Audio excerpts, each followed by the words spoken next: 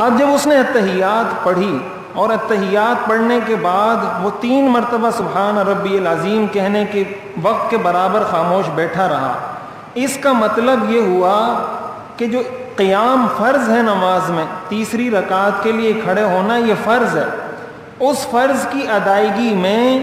ایک رکن کے بقدر تاخیر ہو گئی، اس فرض کی ادائیگی میں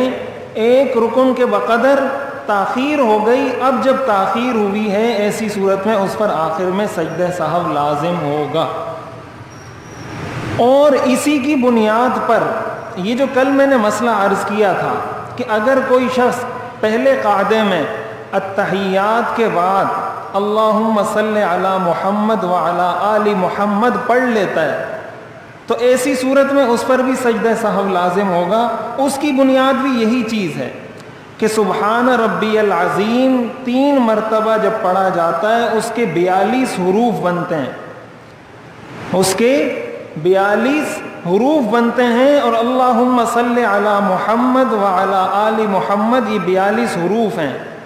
تو اگر کسی نے التحیات کے بعد اللہم صلی علی محمد وعلی آل محمد یہاں تک پڑھ لیا، اس کا مطلب یہ ہوا کہ اس نے فرض میں ایک رکن کے بقدر تاخیر کر دی۔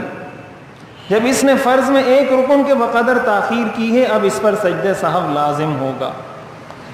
یہی مسئلہ اس صورت میں بھی ہے کہ اگر کسی نے التحیات ڈبل پڑھ دی، قاعدہ اولیٰ میں اگر کوئی شخص التحیات 2 دفعہ پڑھ لیتا ہے،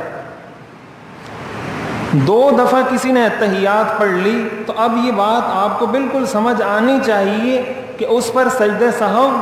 لازم ہوگا۔ اگر کسی نے التحیات 2 دفعہ پڑھ لی پوری، اور اگر التحیات پوری نہیں پڑھی دوسری دفعہ لیکن التحیات کے 42 حروف پڑھ لیے، جس کو فقہاء نے لکھا ہے کہ یہ ایھا النبی کی جو ہا ہے، ایھا النبی کی ہا، یہاں تک 42 حروف پورے ہوتے ہیں۔ تو اگر کسی نے دوسری دفعہ التحیات پڑھنا شروع کی اور ایھا کی ہا تک پہنچ گیا، اس کا مطلب اب جب یہ کھڑا ہوگا تو آخر میں سجدہ سہو کرے گا، اس لیے کہ ایک رکن کے بقدر تاخیر ہو گئی۔ یہی مسئلہ اس وقت بھی ہے کہ اگر کسی نے التحیات کے بعد سورہ فاتحہ پڑھ لی، اب التحیات کے بعد کوئی بھی چیز پڑھی جا رہی ہے، فارمولہ اصول یہی ہے کہ آیا ایک رکن کے برابر تاخیر ہوئی ہے یا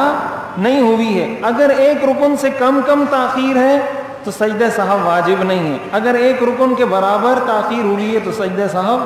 واجب ہو جائے گا۔